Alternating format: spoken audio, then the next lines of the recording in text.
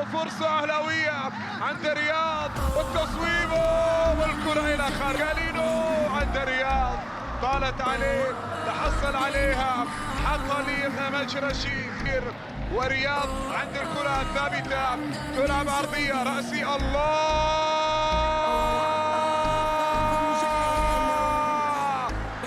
يا بداية على الوحدة هنا العرضية وفي المكان توني وإيمان. الدقيقة 23 تلعب العرضية والمحاولة كنترول عينك على الكنترول والكرة لم يستطع توني وأحمد كرة لرياض وفرصة للأهلي وفرصة جول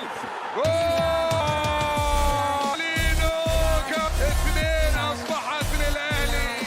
كرة رائعة في التمريرة من جانب رياض عند جالينو وتقدم الأهلي باثنين. عبر الزمان لا يتوقف مهما كانت الظروف.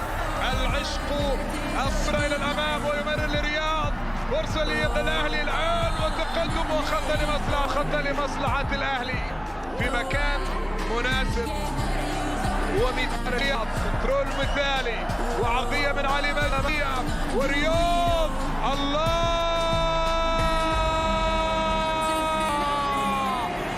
هدف أهلاوي ثالث هدف وتقي ثلاثية شوف كيسيه ونظرة وتحرك سريع ورياض ثلاثة للأهلي ثلاثة مستحقة وهدف جميل رياض حصل على جائزة أفضل هدف.